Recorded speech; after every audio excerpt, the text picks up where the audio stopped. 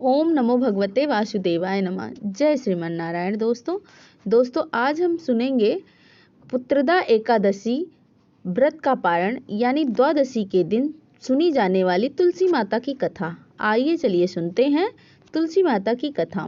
प्रेम से बोलिए माता तुलसी की जय हो, भगवान विष्णु की जय हो। एकादशी के पारण के दिन तुलसी माता की कथाओं को सुनने से ही व्रत को पूर्ण माना जाता है और भक्तों की समस्त मनोकामनाओं भी पूर्ण हो जाती हैं। तो जिन लोगों ने व्रत नहीं रखा है उन्हें भी द्वादशी के दिन तुलसी माता की कथाओं को सुनने से धन संपत्ति अनंत शुभ फलों की प्राप्ति होती है। तो आइए श्री हरि विष्णु के ध्यान में करते हुए कथा को प्रारंभ करते हैं। तुलसी माता को हर प्रिया भी कहा गया है। जितना भगवान श्री हरि विष्णु सोने चांदी हीरे मोती और रत्नों से प्रसन्न नहीं होते, उतना सिर्फ तुलसी दल से ही प्रसन्न हो जाते हैं। सच्ची श्रद्धा भाव से तुलसी दल भगवान श्री हरि विष्णु को अर्पित करने से मनुष्य के सभी संकट कट जाते हैं और मनोकामनाओं की पूर्ति भी होती है। शास्त्रों के अनुसार एकादशी के दिन तुलसी जी में कभी भी जल नहीं चढ़ाना चाहिए, क्योंकि तुलसी महारानी स्वयं एकादशी का निर्जल व्रत रखती हैं। लेकिन द्वादशी के दिन व्रत के पारण के समय तुलसी माता को जल जरूर चढ़ाना चाहिए और पूरे विधि विधान से पूजा पाठ करके उनकी कथाओं को सुनकर ही अपना व्रत खोलना चाहिए। तो आइए चलिए सुनते हैं तुलसी माता की कथा। एक बुढ़िया थी, वह नित्य नियम से तुलसी माता की पूजा किया करती थी। उसके एक पोती थी। वह अपनी दादी को नित्य नियम से तुलसी माता की पूजा करते हुए देखकर वह भी नियम से तुलसी माता की पूजा करने लगी। अब वह रोजाना सुबह जल्दी उठती, स्नान करती, स्नान के बाद सबसे पहले तुलसी माता को जल अर्पित करती, उसी के बाद कुछ खाना पीना खाती थी। धीरे धीरे उसका यह नियम बन गया कि वह तुलसी की पूजा किए बिना कुछ भी नहीं खाती पीती थी। इस तरह समय बीतता गया। समय के साथ वह कन्या बड़ी हो गई। जब वह कन्या शादी लायक हुई तो उसके माता पिता ने एक अच्छे से घर में उसकी शादी करवा दी। शादी के बाद जैसे ही वह ससुराल के लिए विदा होने लगी तो उसकी दादी माँ ने उसे एक गमला तुलसी माता का दिया और कहा कि बेटा, नियम से इनकी पूजा करना, ससुराल में भी इनकी पूजा तुम करती रहना, तुम्हारे घर में सुख सौभाग्य की वृद्धि होगी। तो वह बड़ी ही खुशी से अपनी दादी माँ से उस गमले को लेकर ससुराल चली गई और रोजाना सुबह जल्दी उठती और फिर स्नान करती, तुलसी माता की पूजा किया करती। उसी के बाद में चाय पीती। ससुराल में उसके 2 जेठानियां थी। वह उसे इस तरह पूजा पाठ करते देखती तो ईर्ष्यावश उसका मजाक उड़ाती थी। कहती थी कि बड़ी आई है नियम धर्म वाली, सारे शास्त्र तू ही जानती है, सुबह का काम काज न करना पड़े इसलिए बहाना बनाकर तुलसी की पूजा करने के लिए बैठ जाती है।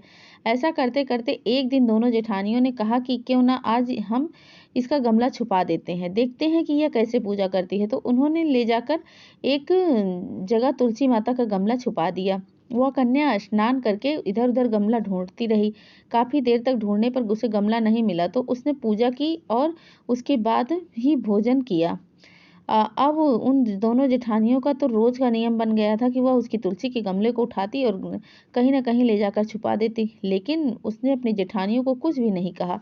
वह अपनी श्रद्धा से इधर उधर ढूंढकर जब भी उसे गमला मिलता तो उसमें जल सींचकर उसी के बाद खाना खाती। तो एक दिन उसकी जेठानी ने गमले को वहां से उठाया और दूर ले जाकर जंगल में फेंक आई। तो उस दिन उस कन्या ने स्नान करके गमले को खूब ढूंढा पर उसे गमला नहीं मिला। तो वह बहुत ही परेशान हो गई और दुखी होकर अपने कमरे में बैठ गई और उसने खाना भी नहीं खाया, क्योंकि उसका नियम था कि वह बिना तुलसी माता की पूजा किए कुछ खाती नहीं थी। उसे इस तरह से परेशान देखकर तुलसी माता उसकी सच्ची भक्ति से बहुत ही प्रसन्न हुई। तुलसी माँ के आशीर्वाद से उसके कमरे में तुलसी माँ का गमला प्रकट हो गया। अगले दिन जब वह सुबह उठी तो देखती है कि उसके खाट के चारों कोनों पर तुलसी माता का गमला है। तो वह देखकर बहुत ही खुश हो जाती है और कहने लगती है कि अब मेरी तुलसी माता को कोई नहीं चुरा सकेगा। पूजन करने के लिए मुझे अब कहीं बाहर नहीं जाना पड़ेगा और कोई भी मेरी तुलसी माता को फेंक भी नहीं सकेगा।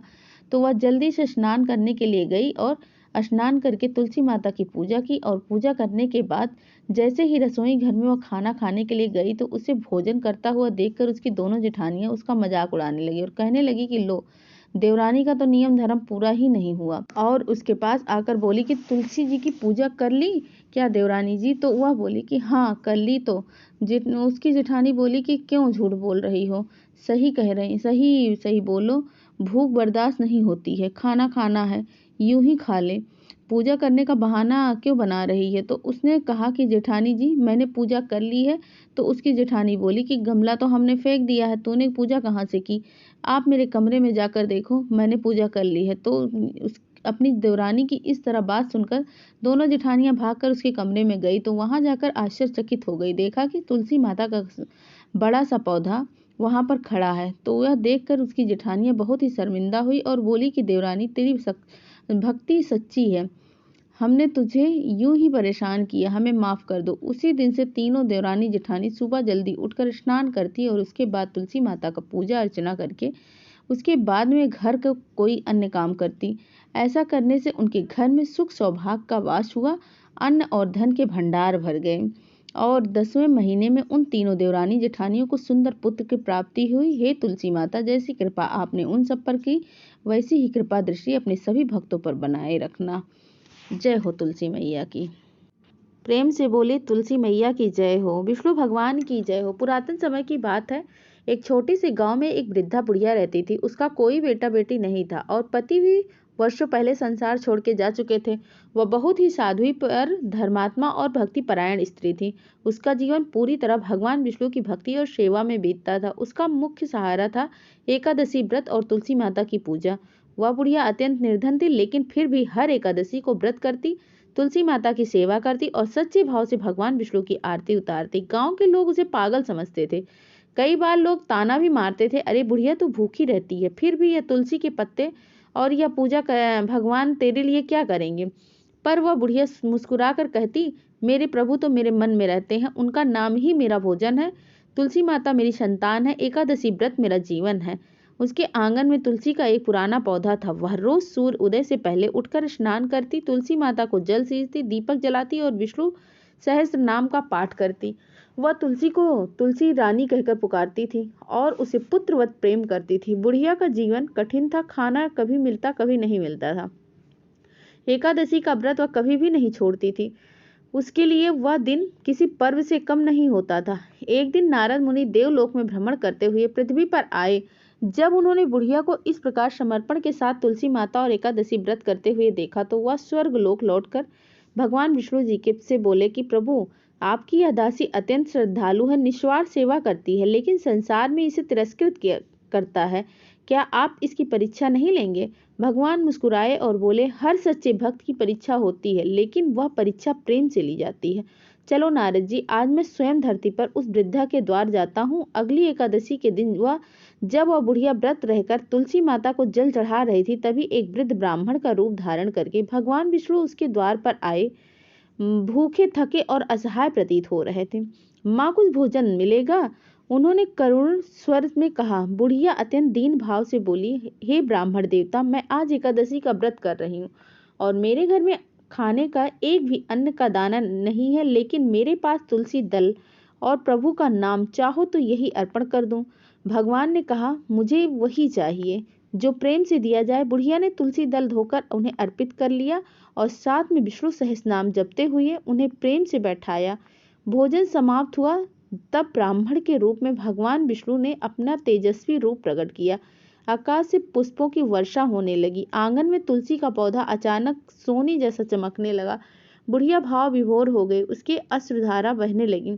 भगवान विष्णु बोले, बस तूने मुझे श्रद्धा और निष्काम भाव से अर्पण किया है, आज मैं तुझ पर बहुत प्रसन्न हूँ, मांगो जो वरदान मांगना है। बुढ़िया ने हाथ जोड़कर कहा, हे प्रभु, मुझे कुछ नहीं चाहिए, बस मेरे जीवन में तुलसी माता और आपका नाम कभी ना छूटे, मैं अगले जन्म में भी यह कथा व्रत रहूं। भगवान प्रसन्न हो गए और बोले, तेरा भाव तुझे मुक्ति करेगा, मैं तुझे अपना लोक दूंगा। इस पृथ्वी पर जब तक एकादशी का व्रत किया जाएगा तब तक तेरी कथा कही जाएगी। अगले ही दिन गांव में चमत्कार हुआ। बुढ़िया का छोटा सा घर सुनहरे प्रकाश में दमकने लगा। गांव वाले दौड़े दौड़े आए और देखा कि बुढ़िया समाधि में बैठी हुई है। उसके मुख पर एक अद्भुत तेज था। लोगों ने अपने द्वारा किए गए पापों की क्षमा मांगी और उस दिन से गांव में हर घर में तुलसी माता की पूजा और एकादशी व्रत प्रारंभ हो गया। कुछ दिनों में बाद बुढ़िया एक दिव्य स्वप्न में तुलसी माता को देखती है, वह कहती है, बस तूने मुझे पुत्रवत प्रेम किया है, अपने कष्टों की चिंता नहीं करी, इसीलिए मैंने स्वयं भगवान विष्णु से प्रार्थना करी कि वह तुम्हारी परीक्षा लें और तुम्हें मुक्त करें। जो कोई श्रद्धा से एकादशी व्रत करेगा और तुलसी माता की सेवा करेगा, उस पर हम दोनों की कृपा सदा बनी रहेगी। आज भी उस गांव में हर एकादशी को बुढ़िया की कहानी सुनाई जाती है। लोग तुलसी माता की श्रद्धा से पूजा करते हैं और एकादशी व्रत करते हैं। वहाँ वृद्धा आज भी सभी के लिए श्रद्धा, त्याग और भक्ति की प्रेरणा है। हे तुलसी माता, जैसी आपने बुढ़िया माई पर कृपा करी, वैसी ही कृपा आप अपने सभी भक्तों पर बनाए रखना। जय हो तुलसी माता की, जय हो विष्णु भगवान की। बहुत समय पहले एक सुंदर वन नाम का एक गांव था, जहां पर एक नन्ही बच्ची राधिका अपनी माँ के साथ रहती थी। राधिका की माँ विधवा महिला थी और वह बहुत ही गरीब थी, लेकिन हर रोज वह तुलसी जी की पूजा करती थी, एकादशी का व्रत करती, कभी भी नहीं छोड़ती थी एकादशी का व्रत करना। राधिका की माँ के साथ बैठकर राधिका भी अब तुलसी जी की पूजा करती थी, पौधों में जल देती थी और दीपक जलाती थी। कहती थी कि तुलसी माँ, आप मुझे अपने जैसा पवित्र बनाना। एक दिन गांव में बहुत तेज तूफान आया, घर टूटने लगे, पेड़ गिरने लगे, राधिका की झोपड़ी भी गिर गई। लेकिन आश्चर्य की बात यह थी कि आंगन में लगा तुलसी का पौधा जैसा का तैसा ही रहा। तुलसी माँ का पौधा देखकर राधिका अपनी माँ से कहने लगी, माँ, तुलसी माँ तो बच गई, हमारा घर नहीं बच पाया। उसकी माँ ने कहा, बेटी, तुम्हारी माँ सिर्फ पौधा नहीं, साक्षात लक्ष्मी जी हैं। जहाँ सच्चे मन से तुलसी जी की पूजा होती है, वहाँ तुलसी जी स्वयं रक्षा करती हैं। अगले दिन एकादशी थी। माँ बेटी ने व्रत रखा और खाने को कुछ नहीं था। फिर उन्होंने तुलसी के पास दीपक जलाया और भजन गाया। उसी रात राधिका को सपना आया कि एक तेज प्रकाश में तुलसी देवी प्रकट हुई और बोली, राधिका, तुमने निस्वार्थ भाव से मेरी पूजा की है, मैं तुम्हारे जीवन में खुशियां भर दूंगी। जब सुबह राधिका जगी तो उसके घर के सामने एक बड़ा रथ खड़ा था। उसमें से एक राजा उतरा और बोला, मुझे सपने में देवी तुलसी जी के दर्शन हुए थे और उन्होंने कहा था कि इस घर की लड़की को मैं अपने महल की बेटी बनाऊं। राजा ने राधिका को अपने साथ ले गए, पढ़ाई, शिक्षा और संस्कार दिए। वह बड़ी होकर जब एक विदुषी और दयालु रानी बनी और गांव में हर एकादशी को तुलसी महोत्सव मनाने की परंपरा शुरू कर दी। तुलसी देवी सच्ची भक्ति और श्रद्धा से प्रसन्न होती हैं। एकादशी व्रत और तुलसी पूजन से जीवन में सद्गुण, सुख और सुरक्षा मिलती है। भगवान और देवी मन की भावना देखती हैं। जय हो तुलसी मैया की, जय हो विष्णु भगवान की, जय हो लक्ष्मी माता की। एक समय की बात है, एक ब्राह्मण था जिसका नाम धर्मदत्त था। वह अत्यंत निर्धन लेकिन नित्य पूजा पाठ किया करता था, तुलसी सेवा किया करता था। वह रोज सुबह उठकर स्नान करता, तुलसी जी को जल चढ़ाता और विष्णु भगवान का नाम जपता। धर्मदत्त के पास कोई संपत्ति नहीं थी, ना अच्छे वस्त्र थे, ना भोजन, परंतु उसका विश्वास था कि जिस घर में तुलसी रहती है वहां स्वयं लक्ष्मी जी और भगवान विष्णु का वास होता है। धर्मदत्त हर महीने की एकादशी का उपवास करता था, लक्ष्मी जी के पास दीपक जलाता था और श्री हरि की आरती करता था। गांव के लोग उसका मजाक उड़ाते थे, तेरे पास क्या है, न धन है न घर है, तुलसी पूजा से क्या मिलेगा। लेकिन धर्मदत्त मुस्कुराता और कहता, मुझे बैकुंठ चाहिए, धन नहीं चाहिए। तुलसी एकादशी के दिन जब वह तुलसी के पास भजन कर रहा था, प्रकाश तेज उत्पन्न हुआ। भगवान विष्णु स्वयं ही प्रकट हुए। उन्होंने कहा, धर्मदत्त, जो तुमने श्रद्धा और प्रेम दिखाया है उससे मैं बहुत प्रसन्न हूँ। यह तुलसी कोई साधारण पौधा नहीं है, श्री तुलसी जी का स्वरूप है। इस भक्त ने जीवन भर तुलसी जी की सेवा करी है, एकादशी का व्रत रखा, मृत्यु के बाद बैकुंठ में स्थान मिलता है। इतना कहकर भगवान ने धर्मदत्त को अपने विमान में बैठाया और उसे बैकुंठ धाम को ले गए। कुछ समय बाद गांव के लोगों को सपने में भगवान ने दर्शन दिया और कहा, धर्मदत्त अब बैकुंठ में है क्योंकि उसने सच्चे मन से तुलसी जी की सेवा करी थी। अब तुम भी तुलसी केवल पौधा न समझो, वह मोक्ष का द्वार है। तुलसी माता का पूजन करने से भगवान विष्णु शीघ्र ही प्रसन्न हो जाते हैं। एकादशी का व्रत और तुलसी सेवा मृत्यु के बाद मोक्ष और बैकुंठ की प्राप्ति कराती है। हे तुलसी माता, जैसी कृपा आपने धर्मदत्त पर करी है, वैसी ही कृपा आप अपने सभी भक्तों पर अपनी कृपा दृष्टि बनाए रखना है। जय हो तुलसी माता की, जय हो विष्णु भगवान की। ओम नमो भगवते वासुदेवाय नमः। जय श्रीमन नारायण। धन्यवाद।